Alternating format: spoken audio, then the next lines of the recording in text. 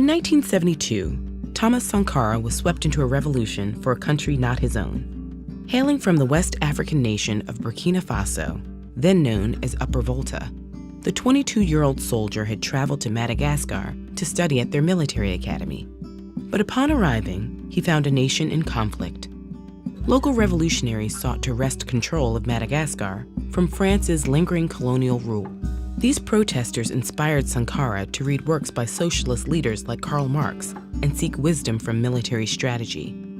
When he returned to Upper Volta in 1973, Sankara was determined to free his country from its colonial legacy. Born in 1949, Sankara was raised in a relatively privileged household as the third of 10 children.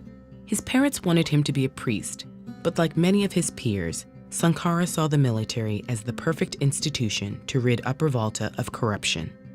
After returning from Madagascar, he became famous for his charisma and transparent oratorial style, but he was less popular with the reigning government. Led by President Jean-Baptiste Ouédraogo, this administration came to power in the third consecutive coup d'etat in Upper Volta's recent history. The administration's policies were a far cry from the sweeping changes Sankara proposed.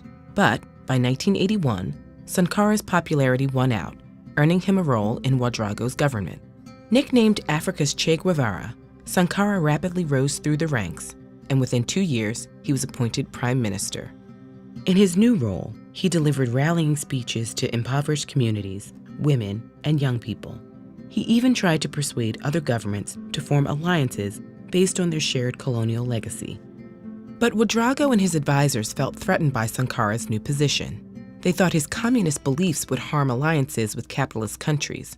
And just months after becoming prime minister, Ouédraogo's administration forced Sankara from the job and placed him on house arrest. Little did the president know, this act would fuel Upper Volta's fourth coup d'etat in 17 years. Civilian protest ensued around the capital, and the government ground to a halt while Sankara tried to negotiate a peaceful transition.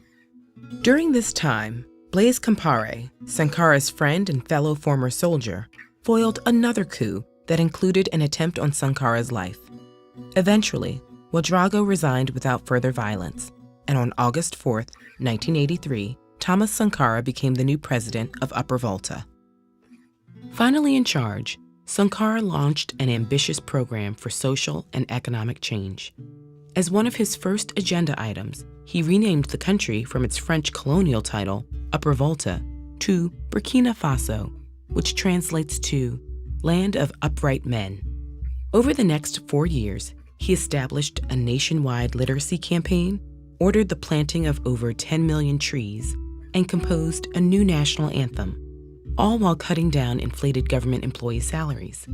But perhaps the most unique element of Sankara's revolution was his dedication to gender equality.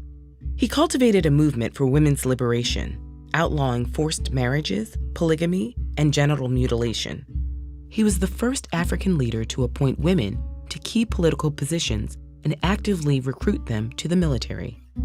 However, Sankara's socialist policies were met with much resistance.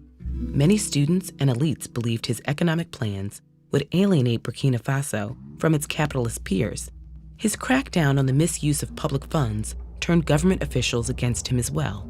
After 4 years, what began as an empowering revolution had isolated many influential Burkinabe, but Sankara was not ready to yield his power. He executed increasingly authoritarian actions, including banning trade unions and the free press. Eventually, his autocratic tendencies turned even his closest friends against him. On October 15, 1987, Sankara was conducting a meeting when a group of assailants swarmed his headquarters. Sankara was assassinated in the attack, and many believe the raid was ordered by his friend, Blaise Compaoré. Though his legacy is complicated, many of Sankara's policies have proven themselves to be ahead of their time. In the past decade, Burkinabe youth have celebrated Sankara's political philosophy, and nearby countries like Ghana have even adopted Sankara's economic models. On March 2, 2019, a statue of Sankara was erected in Burkina Faso's capital, establishing his place as an icon of revolution for his country and throughout the world. Not all revolutionaries are politicians or soldiers. For an inspiring tale of secret student resistance in Nazi Germany, check out our video on the White Rose, or take a closer look at the stirring poetry of revolutionary and romantic Pablo Neruda.